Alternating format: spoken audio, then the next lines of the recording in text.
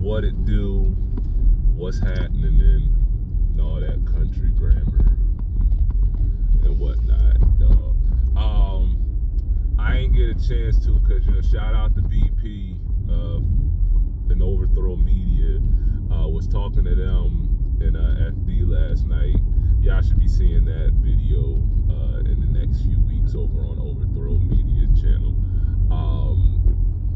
But I did want to, cause it's been a lot of new folk over the past couple weeks, mainly off the backs of these hip hop videos.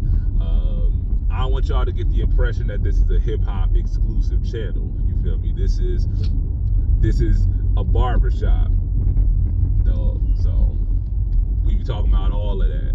So I ain't really get a chance to really talk about this these playoffs, dog. I know, and maybe part way is a good thing, because who knows, New York might mess around and pull it out. Listen, I'm gonna tell you like this, dog. If New York mess around, and I doubt it, but if Indiana wind up dropping like 3 games in a row to New York, and Tyrese Halliburton, he ain't gonna just be donkey of the day. He gonna be the fool in school. He gonna be, y'all, with all the antics that he been pulling, dog. I like Tyrese Halliburton. I don't understand the Tyrese Halliburton. I like him. The niggas act like he's what's old boy name who played for the Raptors now? I keep saying Desmond Bane, but he's not Desmond Bane. Y'all know what I'm talking about. Old light-skinned, fake tough guy, nigga. Yeah, they act like he's him, but whatever. But the thing is, and this is why I've been saying, well, people have been saying to me, and I've been saying back to them, is that this is like Adam Silver's worst nightmare, right? Oklahoma City versus the Indiana Pacers. You feel what I'm saying? Now listen, as a fan of basketball, I look forward to it. I ain't gonna lie to you. But, it kind of gets into this whole argument about, does the league hate small markets? I don't know if the league genuinely, you feel me, hates small markets, you know what I mean? I feel like it's more so, because here's the thing, the problem with the NBA is that they be trying to have their cake and eat it too, right? At the end of the day, that's the problem with the NBA, is that I'm probably going to do a longer video on the main channel, like really getting into the numbers or whatever. But the way that the CBA is structured, right? We're not going to get no more, I'm taking my talent to South Beach no more, right? You're not going to get that. You're not going to get players, you feel me, colluding in the off season, they secret Illuminati meetings on a banana boat in the Bahamas or somewhere and say, oh yeah, we all gonna get together and play in Miami, or we all gonna go play in New York, or we all gonna play in LA or whatever. You're not gonna get that no more, right? You're not even gonna get Golden State no more. You're not gonna have it where, this is how it's been in the NFL for a minute. You feel me? This is why, people's championship windows be so small. This is why, you got teams like San Francisco who were just in the Super Bowl 2 years ago, and now their window might be closed because they had to pay the, above average quarterback top of the market money. You feel me? That's just the nature of the beast. But you feel me? You can't afford, and then on top of that, not only can you not afford to hold on to all of your stars, but they're so between, Supermaxes and bird rights and all that kind of stuff, man. You would be a fool to say, I'm gonna turn down this extra 30, 40, 50 million dollars so that I could go play in LA and try to be a movie star on my off time. You know what I mean? So you got the parody now. That's what you wanted. You feel me? You got it so that small markets you got it so that Milwaukee and Denver, you feel me, can win a championship. And yet here go the Philadelphia 76ers, the Dallas Cowboys of the NBA. You understand what I'm saying? The fifth largest market in the league can't even get past the second round of the playoffs because, you know, our best player is made of glass, and Paul George, I don't know, his knee suddenly disintegrated on him. You feel me? So yeah, there you had that. But here's where the Achilles heel part comes in. Here's the gift and the curse part of it. Is that this is what happens when you build a league, when your league's marketing is built around personalities, right? When your league's marketing for those of us, the vast majority of us, you feel me? If you started watching basketball, honestly, you could go back to like Wilt and Dr. J, you know, as far as, you know, building the league around personalities. But most definitely, if you came up anytime during or after Magic Bird, that's what the NBA has been. You feel me? It was Magic Bird, then it was Mike, then, you know, they didn't want AI to take that crown, so they tried to make Vince Carter happen for a hot minute. You feel me? Because they ain't want, you know, this cornrow thug, this hippity hopper, you feel me, being the face of their league. So that's how that happened. And you had Kobe in there. Then LeBron came along. You had Kobe and LeBron going back and forth for a minute. You dig what I'm saying? Hope, depending on when I upload this one, between today and Monday, I got, you know, a video talking about on the main channel, talking about how, you know, for the first time and God knows when, the league, after Bron hangs it up, the league is probably not going to have, you know, a black American ball player to build its branding around since the 80s. You feel me? That's why, you know, NBA media keeps trying to force this, you know, face of the league, face of the league. Who is the face of the league? You know, trying to make, you know, Ant the face of the league. And I like Ant, you feel me? But Ant ain't done nothing, you feel me, that is worthy of. I saw, you know, Paul George, you know, got time to be on the podcast, but don't got time to rehab his knee. You feel me? Saying Tyrese Halliburton is not the face of no NBA. The face of the league is between Giannis, Jokic, and Luka. You know what I mean? You feel me? SGA ain't even the face of the league because niggas don't know who SGA is, and I'm gonna get to that part in a second. But you can't sit up there and that's kind of what I'm getting at, right? The problem with the parody thing, insofar as the NBA, is that the best basketball player in the world right now, you feel me, one, plays in Denver, so he plays in a small market, and two, he don't got the kind of personality to build your branding around. He don't move like that. He's not interested. He has no desire to be a celebrity. He has no, you feel me, he just want to play basketball. He's very Tim Duncan-esque in that vein.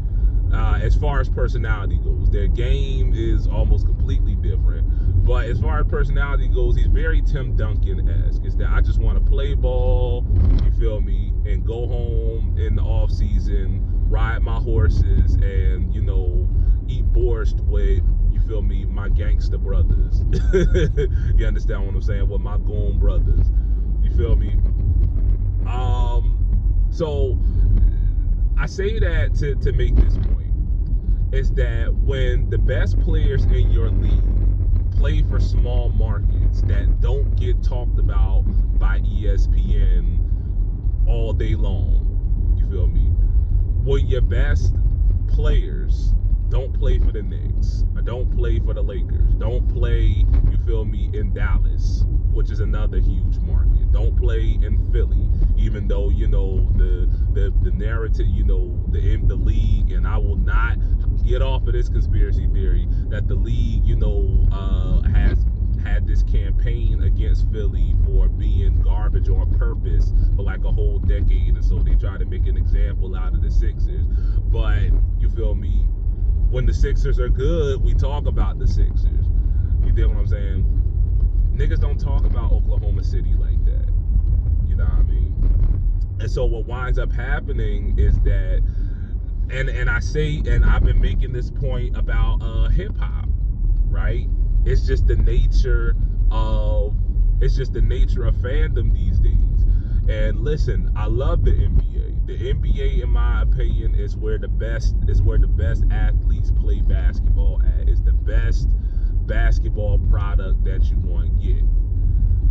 But that said, the average casual NBA fan does not like basketball. They do not. I promise you that. They don't like basketball.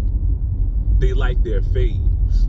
You understand what I'm saying? They are not basketball fans. They are LeBron fans. They are Steph fans. They are Giannis fans.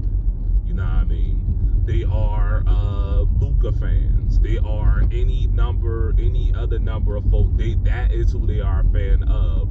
They are fans of a celebrity who just so happens to play basketball. You dig? The contrast with the NFL is that the NFL has never been that. The NFL doesn't build this branding around personalities. You feel me? The NFL built its branding around the game of football. You feel me? And so that's why, you know, and yeah, I know the argument of, oh, well, you know, the NFL does have the advantage in that, you know, every playoff game is sudden death, right? It's win or go home. I don't think it's that big of an advantage to the point that it can't be overcome. You feel what I'm saying? The real issue comes down in the fact that, again, the casual hoophead, the average, you know, Twitter basketball fan or whatever, not even that, just the average hoophead, you feel me? They're not going to watch a game. They're not going to watch a game that does not feature their fave. You know what I mean? So if the Lakers are not, and if LeBron is not in the playoffs, right? If Giannis gets knocked out, you feel me? If Luka gets knocked out, if any of these guys get knocked out, they're not going to watch. They're not going to watch the rest of the playoffs, because that's what you build your branding around, is come watch the NBA because this is where LeBron plays. Come watch the NBA, the place where, you feel me, Giannis plays. The NFL is come watch the NFL because you want to watch football. You feel me? Regardless of what two teams we put out there, you are going to be entertained. You are going to get a good product. And then that's how you learn about, oh, well, so-and-so plays for this team. So-and-so plays for that team. That's how you get the Super Bowl becomes such a big deal that niggas that don't even watch, that don't even like football, don't even watch football any other time of the year, they'll turn on the Super Bowl just to see the commercials. You feel me? They'll turn on the Super Bowl just to watch the halftime show. You dig what I'm saying? Because the NFL presents itself in a way, it's kind of like the WWE, right? I remember when I was a kid, you know, those of us who got turned on to wrestling during the Attitude Era, it was kind of like the NBA is now, in that, you know, the draw of the WWE wasn't the product necessarily, because let's just keep it a buck, the wrestling was ass back then. For the most part, the wrestling was straight booty butt cheeks, but you watched for the personalities. You watch WWF because of Stone Cold, because of The Rock, because of The Undertaker, because of Mankind, because of blase, whatever and whatnot. And that's kind of why you feel. I remember one year where like everybody was injured. Everybody was in, Stone Cold, you feel me? His knees was like butter by that point. Everybody was injured and The Rock was in Hollywood. You know what I mean? And so they had to build everything around Triple H. You understand what I'm saying? So that's kind of what you got with the NBA.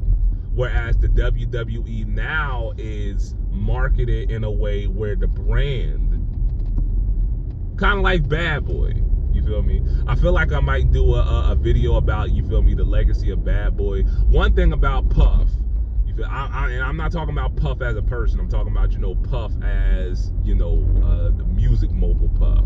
One thing about Puff, for all of his flaws, for all of his faults, his inability to manage talent, one thing Puff has always excelled at is in marketing. You feel me? That's his background is as a club promoter, right? He's always excelled in marketing. He's always been able to sell the Bad Boy brand. You feel me? You listen to, you don't have to have ever heard of Obi Trice. You feel me? You don't have to have ever heard of Loon. You feel me? You don't have to have ever heard of, any of these niggas. Just know, you don't have to have ever heard of Shine. You dig? But just know that when you see that Bad Boy label, you're going to get something that's popping. You're going to get something that's something that's hot, something that's banging. You understand? It don't matter if it's me rapping on the track. Puff was the biggest rapper in the world at one point. You know what I mean? And he was terrible. You understand? But he sold that Bad Boy brand in a way that made you say, all right, I'll give it a chance. I'll give it the time of day because it is Bad Boy after all. You dig what I'm saying? So it kind of works the same way with the NFL, right? So I say that to make the point that, this is kind of what happens when you try to have your cake and eat it too. When you try to say, all right, we want parity in the league so that, all of the superstars aren't colluding together to play in these big markets exclusively, where all of the superstars aren't, clamoring together to go play in New York or LA or Miami or whatever the case may be. But the marketing machine is not behind those small markets. You feel me? Because the thing about the Knicks can be, the Knicks can be more ass than you feel me, a strip show. You know what I mean? But you always going to get attention on the Knicks because they are a New York team. Same thing with the Lakers. You feel me? The Lakers can be more ass than Magic City, but the Lakers fans are all over the country. You dig what I'm saying? And so that's built in marketing. When you're not putting the work in to market OKC or to market, again, niggas don't know who, they just know. A lot of niggas are just finding out about SGA because he won MVP, but they ain't know nothing about him before that. You know what I mean? So yeah, dog. I just wanted to get that point off. Is that, that's my 2 cents on the whole. Does the NBA hate small markets? I don't think it's so much that they hate small markets. It's just that the marketing of the league, the branding of the league is such that small market teams are at a disadvantage. You feel me? Because, again, you can be the greatest basketball player in the world, but if nobody knows about you, if nobody knows that, they're not going to watch you. You know what I mean? We don't know that OKC is worth watching until you tell us, until you market it as such. And the way that you do that is, again, if you ain't got no built-in incentive to watch the Oklahoma City Thunder and you a casual sports watcher, then you just not gonna watch them. The NBA's market, and I don't know exactly how you do this shift, because again, this is like 40 years that they've been marketing like this. But if the NBA is really trying to, fix ratings or whatever the case may be, it's got to be a shift from watch us because we got the celebrities, we got the stars, to watch us because you're going to get a good basketball game. It don't matter who's playing, you're going to be entertained one way or another. You don't got to know these teams. You don't even got to know where they play at. You don't got to know, you feel me, they best players. Just know that when you see that logo, when you see that acronym of NBA, that you're going to get quality. So yeah, there you had that. Deuces.